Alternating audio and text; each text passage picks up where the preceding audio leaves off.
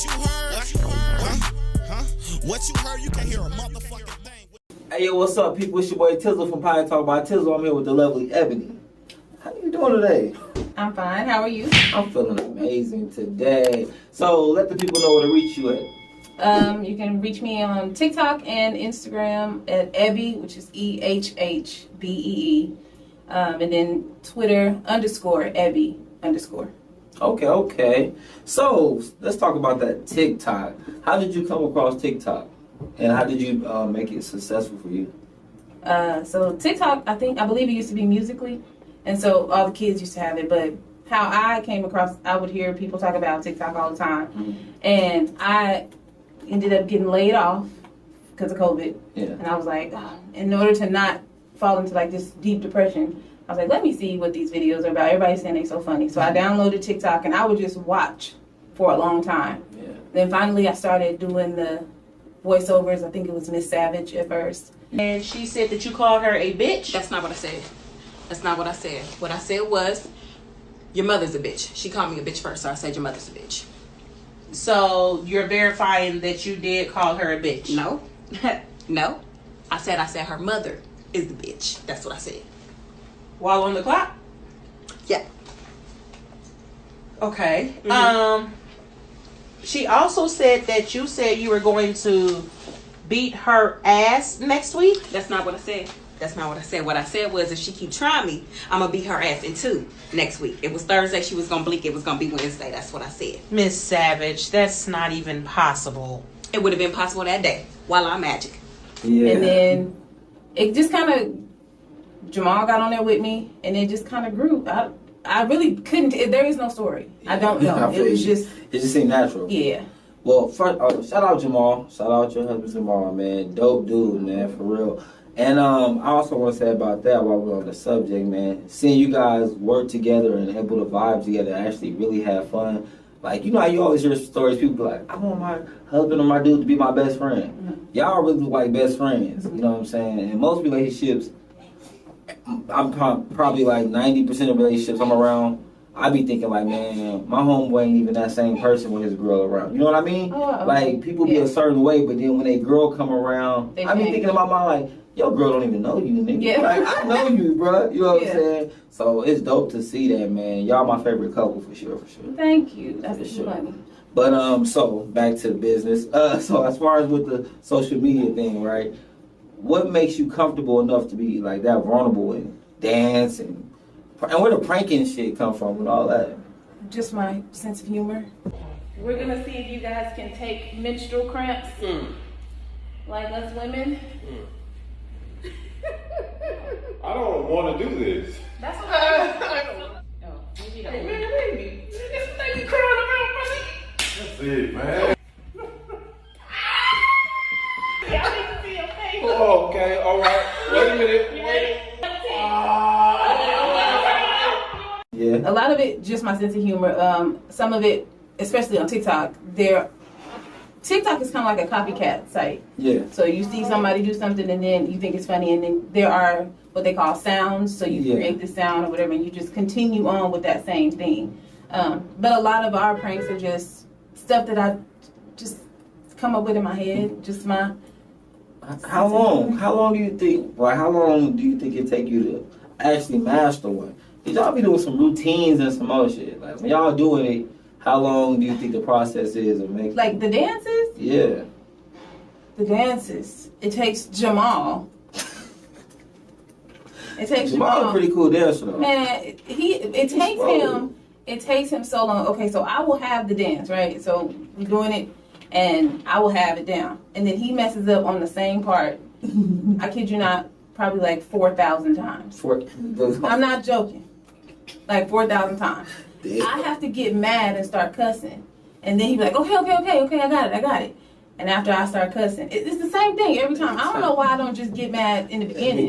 Yeah. But I start cussing, and then he gets it together. And that's why most of the videos, if you see me, I probably got a little bit of frown on my face because I'm annoyed. And then be like, oh, he killing you. Or he killing me because he still got the energy, and I'm dog tired now because we've been. Yo, I was about to say that. He do be seeming like he be more into it. When you by yourself, you seem like you be into it. But when it be him on there too, I be he mad got about the it. face too. He got one of them like faces that don't make move. It just be smiling. I be mad by then, but it take us a little while once he get the jitters out, and then not that long.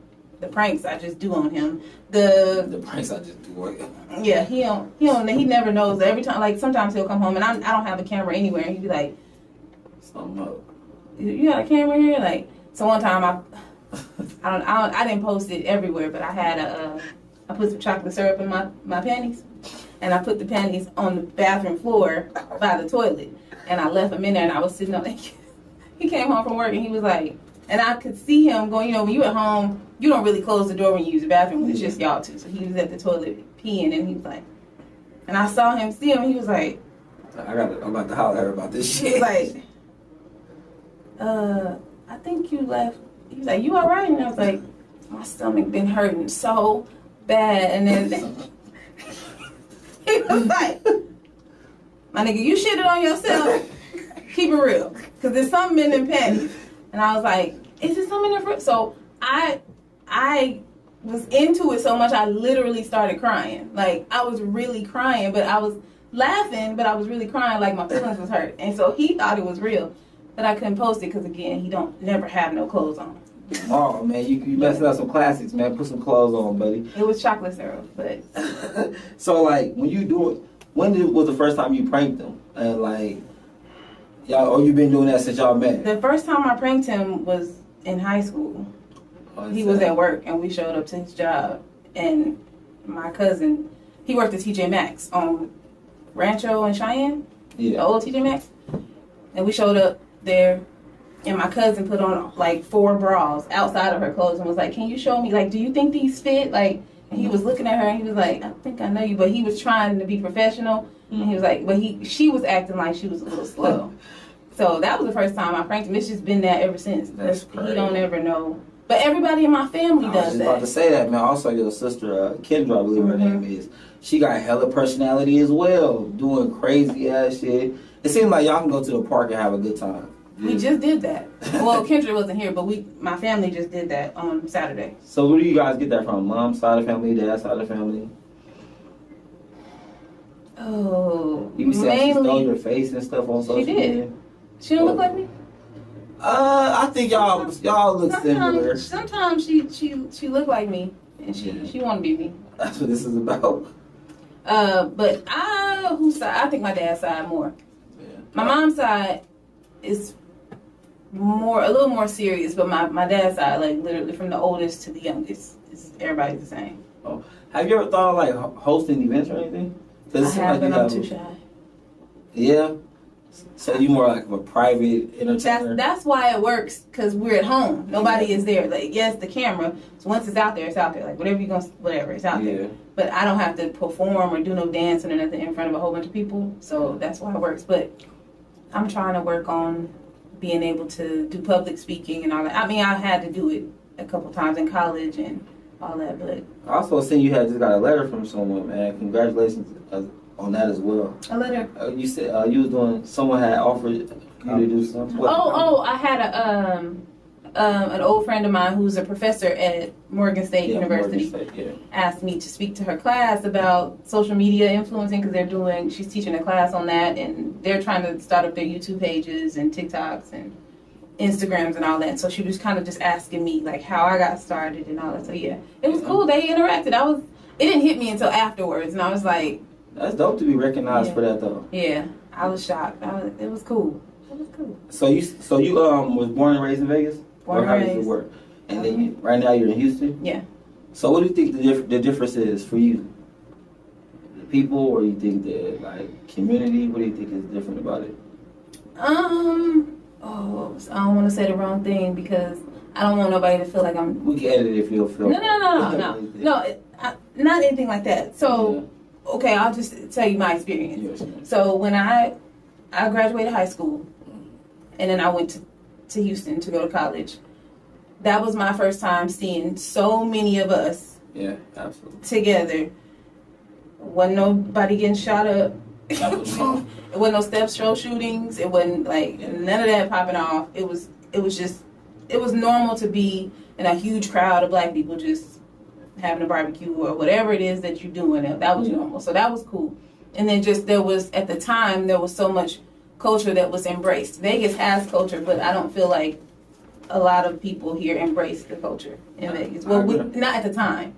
Y'all, I feel like, are trying to bring that out. But at the time, I don't think we, as a community, embraced the culture that Vegas had. It was always, oh, they niggas do this in Cali, or, you know, this. Worried about everybody else. It wasn't what we do here. So in Houston, then they have Dallas, and they have all these. Houston is Houston, Dallas is Dallas. It's completely different. But it's all the South. It's completely different. Okay. So that was a shock to me, and I enjoyed being able to see that. Also, at the time, it was like Houston and Atlanta was going back and forth, being the top city for black entrepreneurs. So I was like, oh, this is somewhere I need to be. So who did you move out there with? myself. Solo? I went to college. I knew there were 2 other girls that were from Vegas that went to school down there as well. Yeah. And Akeem, my cousin Akeem was there. Y'all know Akeem. But I didn't move with them. They were just there. Yeah. Okay. I see it's a lot of people I'm seeing from Vegas that has moved to Texas in general. You know what I mean? And to be honest, it seems like a lot of people go out to the South and get their shit together. You know, because Vegas is 24/7. We grow up really, really fast, and we normalize a lot of crazy things. So I know when you went out there, it's like, damn, the shit that we thought was normal. Because I know females used to know parties would get shot up, and they was still gonna go. I just told my mama that shit is psychotic. Like, imagine if you knew, or if we knew our kids was going to a party that for sure was getting shot up, ain't no chance about it. We would, your train of thought is just so different in Vegas, man. People don't understand that. If you wanted to party, you had to know how to dodge bullets and not stay home. That was really what it was like. Yeah. So that was one of the things, like going to the college parties and not having to stand by the door or peep who coming in or who, you know, not having to do any of that was like, oh, we chilling. Like, this is real. This what y'all do. Now, I'm not saying that they don't be tripping, because they do be tripping. Yeah, for sure. But where we were at the time in college, there was none of that. It was just college students being college students. Yeah, man, that's crazy. So you said that you lived there before you came back and you went back? Yeah, so I lived there when I went to school.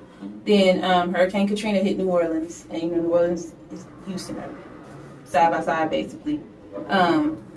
So when Hurricane Katrina hit, damn, that's crazy. Usually during hurricane season, there's another hurricane right after. There's like storm after storm after storm. Like, so Hurricane Katrina hit New Orleans, and then a lot of people from New Orleans came to Houston, the ones that evacuated, and it was my second year in college, and I lived off campus at the time. And so I was looking for a job. So my parents had but they had split up. And so they had separate households. So it was my dad's house, my mom's. So they weren't together anymore. So the money was funny. And I'm like, well, I don't want them having to take care of Kendra and send me money in college. Like, I need to be able to try to work. So I was looking for a job, and then Hurricane Katrina hit. All the people that came to Houston from New Orleans, they were pretty much giving them the jobs ahead of everybody that was already in Houston. Like, these people need it. Their homes are gone, which is understandable. So, and then my favorite aunt passed away that same day. So I lost all of my drive, and I stopped going to class. Like, forget college, I ain't going no more. And I eventually, after that, the next storm was Hurricane Rita that came and was coming and hit Houston, pretty much. So we had to try to evacuate. What the hell was that like? That sounds like a movie. You know, I'm from Vegas. If the wind get too crazy, we can. Okay, so me being from Vegas, we don't know anything about natural disasters. So I'm like, I got nervous. We had to leave. You're in college, you ain't watching the news. You don't really keep up with the weather like that, you know. So we just see people leaving, and we like, maybe we should pack up. But us being from the West, we try to pack up everything we own instead of taking just the essentials and getting out of there. So most of the time we use packing up our cars. Nobody wanted to leave their cars, so we finally got on the road, and you have to travel north, obviously away from the water. And so you just traveling, or is there a destination in mind? Yeah. So I was trying to get to Arkansas. I was trying to get to my family in Fordyce, Arkansas. Okay. Shout out Arkansas. We got people in Little Rock. Too. I know. Then I got people in Little Rock. Let me find out y'all my cousins. Man, couldn't be.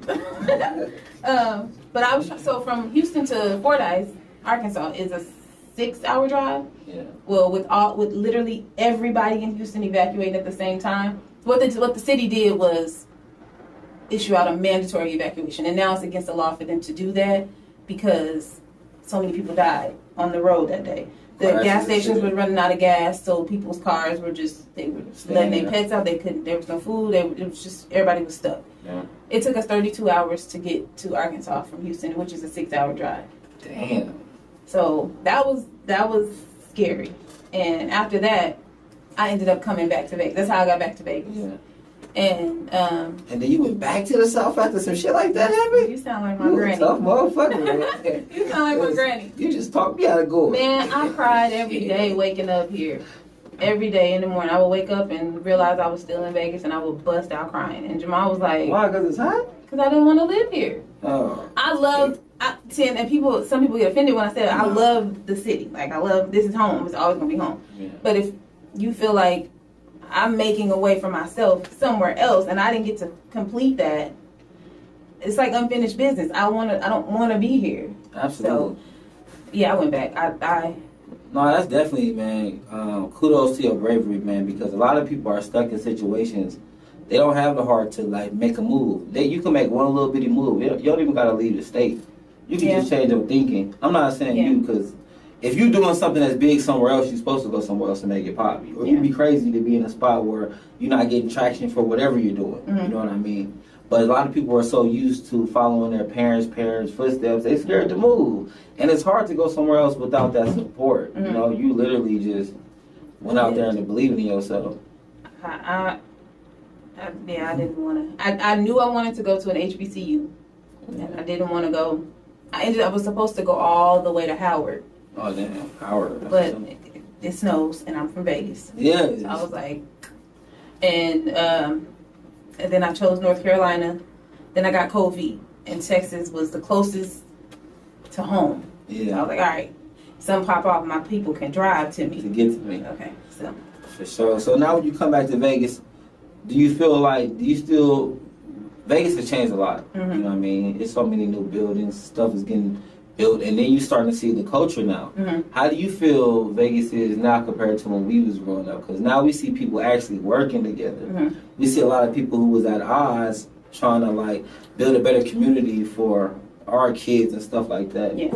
It makes me, I'm proud. It makes me proud. Like I said, I watch y'all stuff, I watch Views, I watch everybody. So people always say I'll use TikTok and Instagram. Mm-hmm. Oh, I didn't know you were from Houston. I'm not from Houston. I love Houston, but I'm not I live in Houston. Yeah, sure. I am from Las Vegas. I make sure to point that out. I'm proud of everything that I see here. Yeah. I can be proud and not want to live here. Yeah, for sure. But it's a lot different. Just like you said, seeing people that were at odds, mm-hmm. and now like, dang, he working with, or she's doing this with her. That's cool. It's dope, man. It's cool. And it's a lot of talent here that everybody is starting to, show out. Because everybody, like I said, oh, you got to go to California to make it. Or you got to go here to do this. You got to, just seeing everybody actually put forth the effort to work at their craft is dope to see. Just being from Vegas and like, oh yeah, that's home for me. Absolutely, man. We definitely appreciate that. We definitely try to bridge the gap between young, old, and all our people. Mm-hmm. Red, blue. We trying to bridge them gaps, man. But as far as you, how do you feel like when people call you like an influencer? How do you feel about that? That's kind of tough. That's like kind of a lot. Like it's be like, I kind of be like me, like just so. Even as a young kid, like people would ask me like, "Oh, what you think about this?" Or what you think? I'm like, "Why do y'all care about what I think?" Like, okay, I don't know. I think from what I'll tell you what I've heard, people saying that what I try to do is not say anything if I'm not sure about what it is I'm talking about, or if I don't have a strong opinion about something, I don't say anything. Yeah. And people, I don't know. I guess people just enjoy hearing someone who's rooted or grounded in what they believe in. And I'm not trying to change anybody else's mind about anything. This is what I like. If you want to be on, this is where I got this from. This is where you can find this. That's really all. I'm just talking like everybody else, and people gravitate. I don't know why they gravitate, but they do. Thank you. I think people see a light inside you. Like if anybody look at y'all pages, it's like even your sisters, you can tell y'all like are having fun, like y'all are happy and comfortable in your skin. And I think that most people want to be that, they just afraid to be that. You know what I mean? A lot of people like put up so many guards. Like even me myself, like on social media, like I'm only me on here. You really? know? Yeah, like when I'm on Facebook, I'm not really gonna say too much. I'm not gonna give my comment about things. People be arguing over what pizza's better and shit like that. I don't really engage into none of that type of stuff, you know. Okay. Cause it don't matter. Like if I say I like pepperoni pizza, who's gonna bring it to me? I don't know, motherfuckers. You know what I'm saying? And I only want you to bring it to me. You know what I'm saying? So it be different.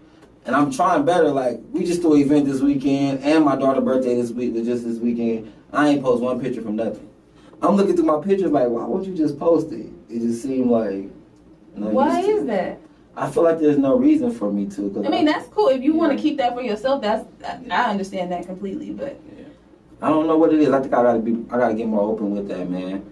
For real, I do have to, because especially with what I'm doing.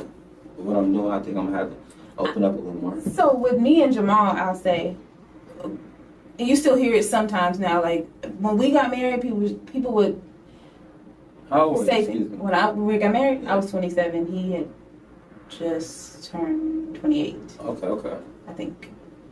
Yeah. Right. Yeah, he had just turned 28.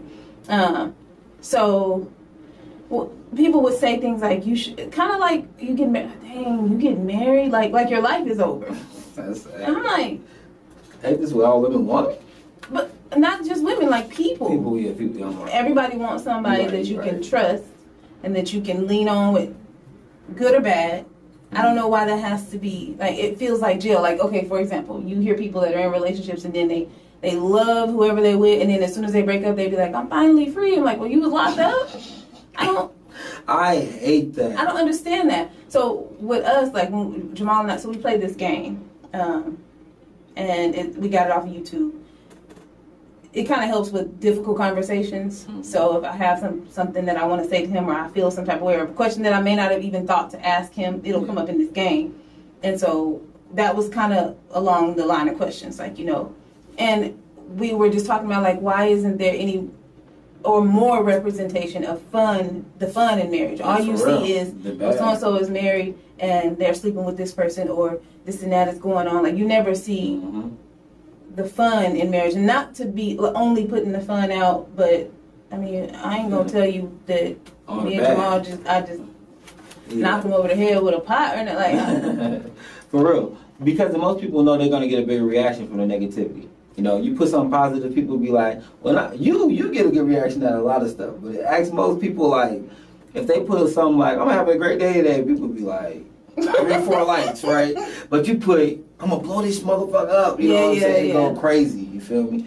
And I feel like, and another thing, too, I ain't nothing worse than when I see a girl in a relationship one day and 2 days later she say, oh, yeah, who was in my inbox? Spin the block again. Like, come on, man. Like, you were just married 2 days ago, you know what I'm saying? That should be wild. But I do feel like seeing you guys uphold y'all relationship the way y'all do on social media is a very good look, especially for our community. Like, y'all a young couple, a young vibrant couple out there doing it. Y'all not like 80, 70 years old. Oh, this is what I got. Everybody else, you know, whatever than happen. Yeah, and we're not trying to tell nobody else how to couple. Yeah. What works for us. And that's what a lot of people say. Y'all really like this, like, off the camera. Like, no, we really, this is really what we do all day at home. Like, yeah, man. So what else do you see yourself doing? Like, what's the next goal? What's the next step for you? So my goal is to have, if you follow my Instagram, you know I've been trying to get this partnership with Dunkin' Donuts. They've been hating on me. I'm telling you, I got people that have converted from Starbucks, Dutch Bros. Anyway, I've actually never had Dutch Bros, but I'm trying to get this partnership with Dunkin' Donuts, and that's my next goal. That's what I'm working at. But ultimately, like, overall, just to get to a place where I have the big partnerships. I've revamped my Instagram. I follow a lot of different people that are actually at a higher level than I am, where I'm trying to get to. So I kind of watch them and see how they maneuver and you know, pay attention to their posts. Yeah, so I'm trying to do that where Jamal and I or my friends can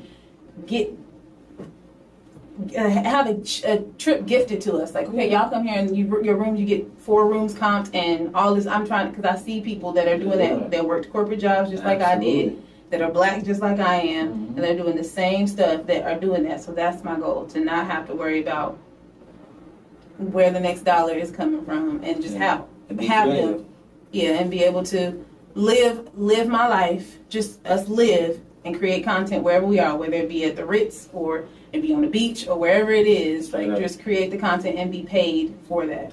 I definitely think you're gonna reach that goal. Y'all, man, y'all definitely got the city behind y'all. And before we cut this short, I got this segment called Game for Lames. Let the people know some game you didn't acquire in life that you feel to help you like dodge some bullshit, or you felt and help you stay on the straight and narrow. Dang, you didn't caught me off guard now. So something my dad told me. My dad told me you're born alone. Most people, unless you're born with a twin, but you're born alone. Most of the time, you're gonna die alone. And make sure that you're comfortable with the person. Make sure you're comfortable being alone. Straight up. So, although I'm comfortable with Jamal, I'm comfortable with all my friends, but I have to be comfortable with me. So make sure that you are, when you wake up, make sure that you are comfortable with who Ebony is, and when you go to sleep, make sure you're still comfortable with Ebony. If not, you need to stay awake until you get comfortable. Preach, man. That's what I learned. That's deep, and I tell people that all the time, because a lot of people feel like they need someone, whether it's a relationship. That's why people jump from relationship to relationship. Like, it be people that probably ain't never been single a whole month or 2 in their life without dealing with someone else. So I think getting into who you are is. You never been what? That's deep. Well, wait. Time out. So I did have an ex-boyfriend, but I've been with Jamal almost 16 years, so that's why. Damn. That's why. I haven't had relationship after relationship, but I haven't been, you know, I slid up on him and Don't say I slid up on him. I did. I pressed him. Jamal, I don't like how she getting at you, but okay. I pressed him and I said, what's up, little daddy? You know. I can just You trying to be imagine what he said. You trying to be on? You said, that sound like a drug deal. Let me keep it real. She said, you trying to be on? No, back in high school, and then, I mean, we broke up for a little while, but then we've been together since like 2006. Damn. That's a long relationship, It's been a long man. time. Well, great energy and great blessings to you guys' relationship, to everything you got going on. Keep running numbers up on TikTok and keep being amazing. Keep creating that content, man. And this is Probably Talk about Tizzle. We up out of here. I go hard for this. How the fuck you winning if you lost to this? Niggas think they own, so they get off in this. It's easy to get crossed in this. On TOP, we gon' get far from this. Step up in they town and burn it down like